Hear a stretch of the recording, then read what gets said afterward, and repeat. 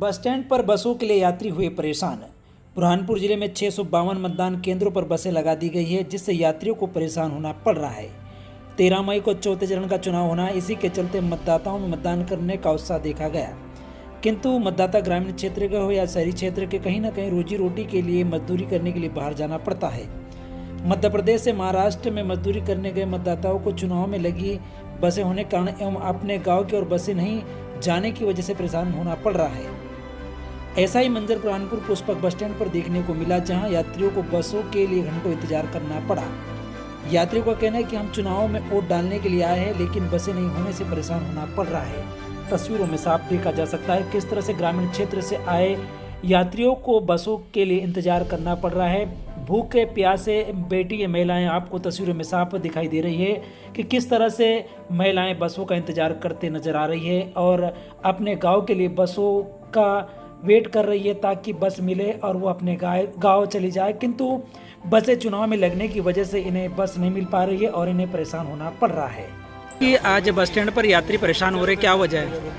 यही है, पर चुनाव आता है का सभी गाड़ियाँ खींच लेते हैं, 2-4 गाड़ी भी छोड़े तो आदमी पैसेंजर सफर कर ले। कहाँ की पैसेंजर है, क्या लगता है आपको? कुछ धुलकोट बोरी की है, कुछ खंडवा की है, कुछ नेपाल नगर की तो एक गाड़ी एक भी नहीं है। मतलब काफ़ी परेशान हो रहे थे। बहुत परेशान हो रही है पब्लिक। आप देखो पीछे साइड में, देखो कैमरा घुमा दी। क्या नाम है आपका? मोहम्मद अली। रेखा भाई बताए कहाँ से आए आप? कहाँ जा रहे हैं? बस की सुविधा मिली आपको? क्यों नहीं मिली, मतलब बस मिल रही है आपको? चुनाव में बस लेके इसलिए नहीं मिले? कहाँ से आए अभी आप? जलगांव से धुलकोट जा रहे हैं, लेकिन बस नहीं मिल रही आपको। चुनाव में क्या वोट डालने के लिए आए आप? तो बस सुविधा नहीं होने के परेशान हो रहे। कितने घंटे से परेशान हो रहे? 2-3 घंटे हो गए। मतलब यहीं बैठे हो, परेशान ही हो रहे? क्या कहाँ रहते हैं? तो अभी कहाँ जा रहे हैं और कहाँ से आए आप? से आया। कहाँ जा रहे हैं? क्यों जा रहे हैं आप? घर से। तो अभी मतलब क्यों आए हैं? क्या चुनाव में वोट डालने के लिए आए? वोट डालने के लिए आए। तो आपको क्या बस का साधन नहीं मिला? साधन नहीं मिला। परेशान हो रहे हैं? कितने घंटे से परेशान हो रहे हैं? अभी तो 1 घंटा है। 2 घंटे से अभी परेशान हो रहे हैं। समस्या है आपको? बस नहीं मिली आपको? क्या करने आए आप? गाँव जा रहे हैं। चुनाव में वोट डालने के लिए? वोट डालने के लिए कहाँ से आए अभी आप? जलगांव से। कहाँ जा रहे हैं? रुस्तमपुर जा रहे हैं। क्या नाम है आपका? कि क्या परेशानी है आपको? हमको बस नहीं मिल रही है चुनाव के कारण। चुनाव में बसें लगी तो मतलब आने जाने के लिए आपको बसें नहीं है? नहीं। कहाँ से आए, क्या नाम है? हम जलगांव से आए, हम अनिल डावर बोल रहे हैं। कहाँ जा रहे हैं? हम रुस्तमपुर जा रहे हैं। गाँव में चुनाव में वोट डालने के लिए जा रहे हैं? हाँ। इसलिए बाहर से आए आप, है ना? लेकिन बस नहीं है आपके लिए? नहीं। हम खंडवा से अपने बुर्गा कुमटी। कहाँ रहते हैं आप? जिला खंडवा लगता है अपन को। अभी बरहामपुर आया हूँ, 2-3 महीने से काम कर रहा हूँ मैं। हाँ। तो आज कल ओटी है, अपनी चुनाव है। हाँ। वोट नापने जाना है हमको, तो उसके लिए अपने घर जाना। तो बस नहीं मिली आप? बस मिली नहीं है। कितने घंटे से परेशान हो रहे हैं? 1 घंटा हुआ हमको। क्या नाम है आपका? अजय पटेल। इस वक्त हम मध्य प्रदेश के ऐतिहासिक नगरी बुरहानपुर के पुष्पक बस स्टैंड पर है, जहां पर 13 मई को होने वाले चुनाव को लेकर प्रशासन द्वारा 2 दिन पूर्व ही यहां से बस से मतदान केंद्र पर लगाई गई है। उसी को लेकर आज बस स्टैंड पर आप देख सकते हो किस तरह से यहाँ पर यात्री परेशान हो रहे हैं और लगातार 5-5, 2-2 घंटों से लोग यहाँ पर बसों का इंतजार करते नजर आ रहे हैं। किंतु बसें नहीं होने की वजह से काफ़ी दिक्कतों का सामना उन्हें करना पड़ रहा है। कल 13 मई को वोट डालने के लिए कहीं लोग महाराष्ट्र से आए हुए हैं, कहीं अन्य जिलों से भी आए, काफ़ी परेशानी हो रही है। आप देख सकते हो, कैमरामैन हमारा दिखाना चाहेगा किस तरह से यहाँ पर लोग परेशान हो रहे हैं।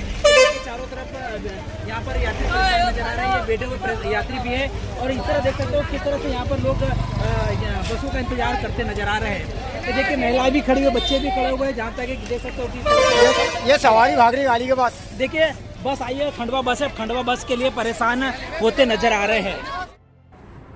विगत 18 तारीख से बहुत ही दुखद घटनाक्रम जारी था।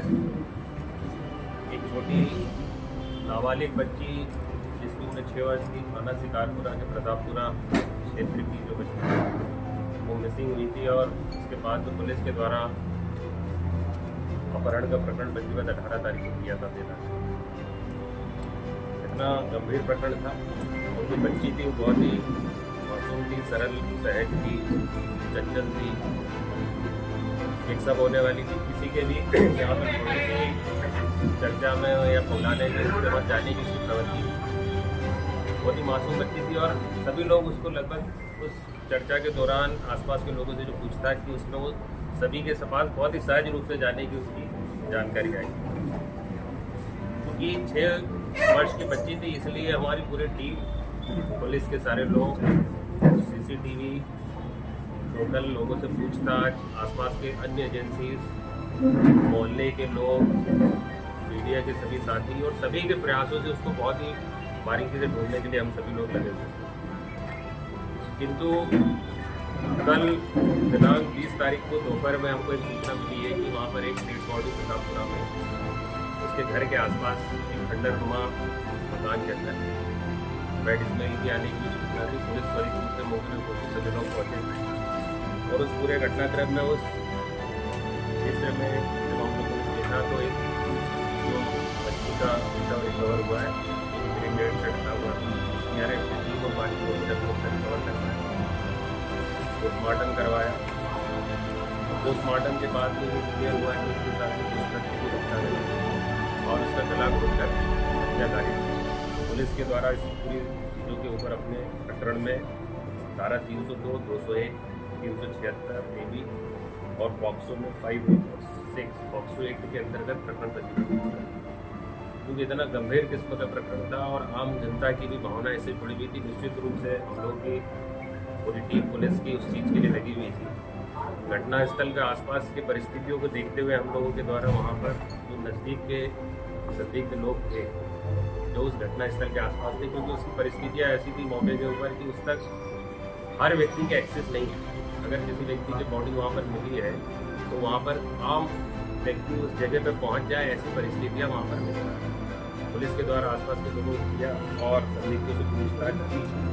उस पूछताछ के आधार पर गौरव उर्फ खुशहाल पिता भूतचंद कल नारायण उम्र 21 वर्ष निवासी था, क्योंकि उस मिलने वाले स्थान और उस बच्ची के घर के बीच में ही एक जगह उसका मकान है। उससे पुलिस के द्वारा पूछताछ की। बारीकी से पूछताछ करने में दिनांक में उसके घटनाक्रम को समझा, उसकी चीज़ों को बताया, सारी चीज़ों को उसने अपना जुर्म कबूल किया है। वहाँ की जो परिस्थिति जन्य साक्ष्य है, उससे जुड़े टेक्निकल एविडेंसेस, उससे मोबाइल से जुड़े हुए सोशल मीडिया के साथ है, पोस्टमार्टम रिपोर्ट है, मौके पे जो डेड बॉडी मिली उसकी सिचुएशन है, उस जगह पे वो कैसे आ सकती है, इस तरह की परिस्थितियों के ऊपर डिफरेंट टाइप के क्वेश्चन, सारी चीज़ें की। तो इस बात की पूर्णतः पुष्टि होगी कि घटना उसके द्वारा कार्य की और उसने अपना जो कन्विंस भी किया है। पूछताछ में ये सारी सब चीज़ें आई कि उसके द्वारा उस दिनांक को दोपहर के वक्त में जब बच्ची वहाँ अपने घर से खाना खाने के 2 दिन निकल के आई तो वहाँ पर कोई नहीं था, इसने उसको लालच देने को बुलाया कि पहली मंजिल पर लेके गया, उसके साथ करने का किया और उस वक्त उसको चिल्लाने लगी, तब उसका पास में जो नारियल की रस्सी उससे गला घुटा और उसके साथ में दुष्कर्म की, क्योंकि चिल्लाई और उसके बाद ये घबराया भी है। इसने उसकी बॉडी को वहाँ से उठाकर पास में ही छत से जाकर त्वरित रूप से डिस्पोज किया। कहीं न कहीं उसकी पूछताछ में आया कि घटनाक्रम अगले अंदर जाने से लगा के डिस्पोज ऑफ में आधे से 1 घंटे के अंतर्गत तत्कालिक घटनाक्रम रहा है। बाद में भी इसने वहाँ पर उसको घटने के हिसाब से नेट वगैरह भी उसके ऊपर डाली है। ये सारी चीज़ें रही है। ये उस दिनांक को घटना करने के बाद में दोपहर में उसने खाना खाया है, अन्य जगह पर जिम भी गया है, शाम के वक्त में, रात में सत्संग कीर्तन में भी रहा है। तो लगातार गतिविधियों में उसने लगातार रहा। तो इन सब चीज़ों के आधार पे ये क्लियर है कि ये इसके द्वारा ये एक बहुत ही जघन्य किस्म का घटनाक्रम किया है। इसके सोशल मीडिया हिस्ट्री से भी ये चीज़ें लगी, उसमें भी कई ऐसे अश्लील तरह की वेबसाइट्स या उनका देखना भी मिला है और कुछ ऐसे सर्च हिस्ट्री है जिसमें किसी बॉडी को डिस्पोज ऑफ करने के लिए इस तरह की सारी चीज़ें की जाती हैं। इस तरह के कंटेंट भी पुराने उसमें हमको मिले, क्योंकि बहुत ही गंभीर किस्म का घटनाक्रम है। इसमें अल्टीमेट गोल ये है कि इसकी सज़ा फांसी की हम दिलवा पाएँ। जैसे हमारे लगातार एविडेंसेस को कलेक्ट करने के प्रयास है, तो निश्चित रूप से FSL के माध्यम से उसको सारी चीज़ें हमारे 25 से लेकर डीएनए से जुड़ी सारी चीज़ें पे हम ध्यान दें। छोटे छोटे एविडेंसेस को कैसे हम कड़ी दर कड़ी जोड़ें जिससे ऐसे घटनाक्रम के लिए हम लोग उनको सज़ा दिलवा पाएँ, इस प्रयासों में हम लगे हुए हैं। तो निश्चित रूप से ये बहुत बड़ा टीम वर्क था जिसमें हमारे एडिशनल एसपी अंतर सिंह कनेक्ट उस दिनांक से ही रात भर से लगे हुए हैं, हमारे सीएसपी गौरव पाटिल, हमारे डिस्ट्रिक्ट महिला अपराध केतन सिंह ठाकुर, हमारे हेमेंद्र ठाकुर यहाँ के।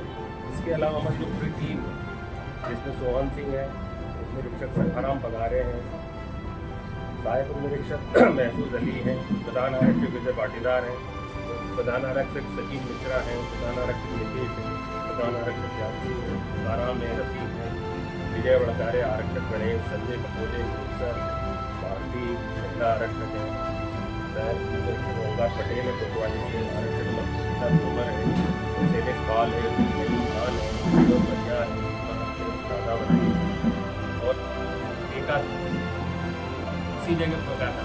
तब इस घटनाक्रम में ये मुस्ताज को ये जो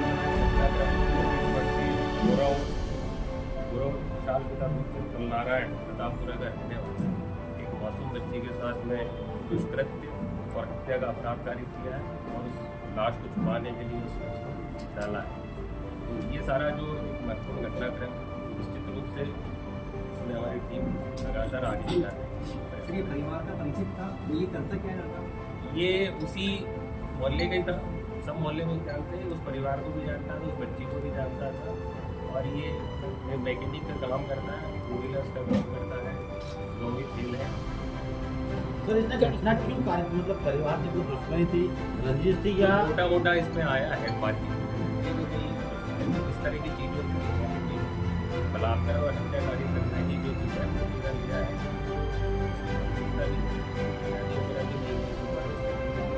तो से ये चीज़ आई कि इस तरह की चीज़ों से बड़ा होने के कारण अंजाम दिया, कब अंजाम दिया? जैसे ही बच्ची आई उसके पूरे रूप से अगले आधे से 1 घंटे में हुआ है। 18 तारीख को दिन में 1-2 बजे के आसपास जैसे ही बच्ची निकली खाना खाने का बोल के कि अपनी लौट में आती उस बात से वो लौटी नहीं, वो उसी एरिया में आंगनवाड़ी और उसके पास में उसका बुलाया आ जाओ और वो लड़की इतनी चंचल थी कि हरे के घर में जाने की उसकी प्रवृत्ति थी, कोई बुला देगा तो आया उसके साथ। भाई ये एक अलग पुरानी चीज़ है क्योंकि इसको महत्वपूर्ण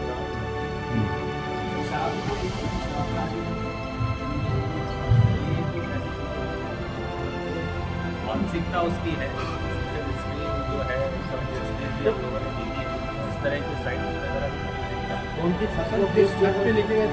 वो छत मिली हुई थी, इसने फर्स्ट फ्लोर पे कमरे में किया, उसके बाद में इसे जाके डंप किया। तो घर में कोई भी नहीं था तो उस दिन उसके घर में उसके पिताजी जो है ना सेवा सदन में प्यून है वहाँ पर थे और इसका जो छोटा भाई है वो उनको रोटी का टिफिन देने गया उसकी और उसकी माँ जो है वो मंदिर के अंदर सेवा के लिए गई। उस घटनाक्रम में अकेला था दादी, क्योंकि माँ का डिवोर्स हो गया इसका, क्योंकि दादी जो है मंदिर तो घर में अकेला ही था।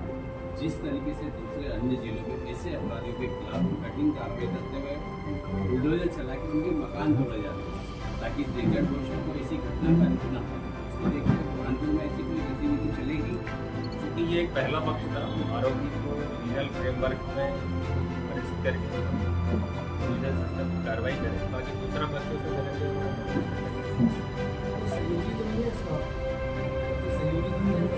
ये घटना के अंदर कंप्लीट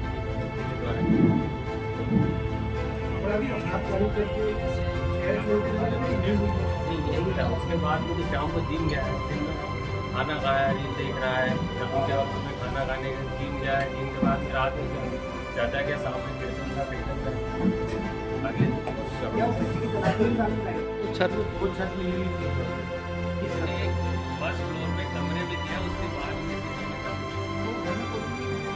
उस दिन उसके घर में उसके पिताजी जो है सेवा सदन में वहाँ पर थे और उसका जो छोटा भाई उनके घर टिफिन देने गए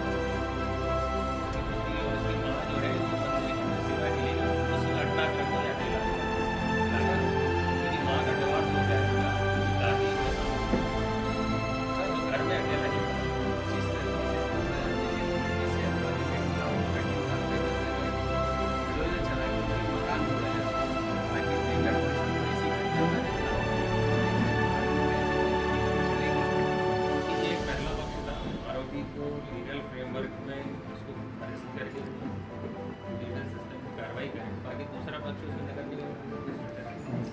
नहीं, बच्चों की सुरक्षा को लेकर समाज में क्या संदेश रहेगा पुलिस का? तो मूल रूप से ये चीज़ है कि कहीं न कहीं बच्चों के मामले में सोशल मीडिया पर अगर बच्चे कोई कंटेंट अगर उनकी एज नहीं है समझ नहीं पा रहे हैं तो उसको भी ध्यान दें। बाकी इसका ये एक ऐसा हथियार है कि इसका अगर डिसिप्लिन के साथ में यूज़ करेंगे तो ठीक है, नहीं तो कहीं ना कहीं वो चीज़ें दिक्कत देती है। तो पेरेंट्स के लिए यही है कि बच्चों की छोटी से छोटी गतिविधियों पे भी निगाह रखें और इस तरह की कोई भी चीज़ अगर आती है तो पुलिस को संज्ञान में लें, जिससे कि पुलिस अपनी कार्रवाई भी करे।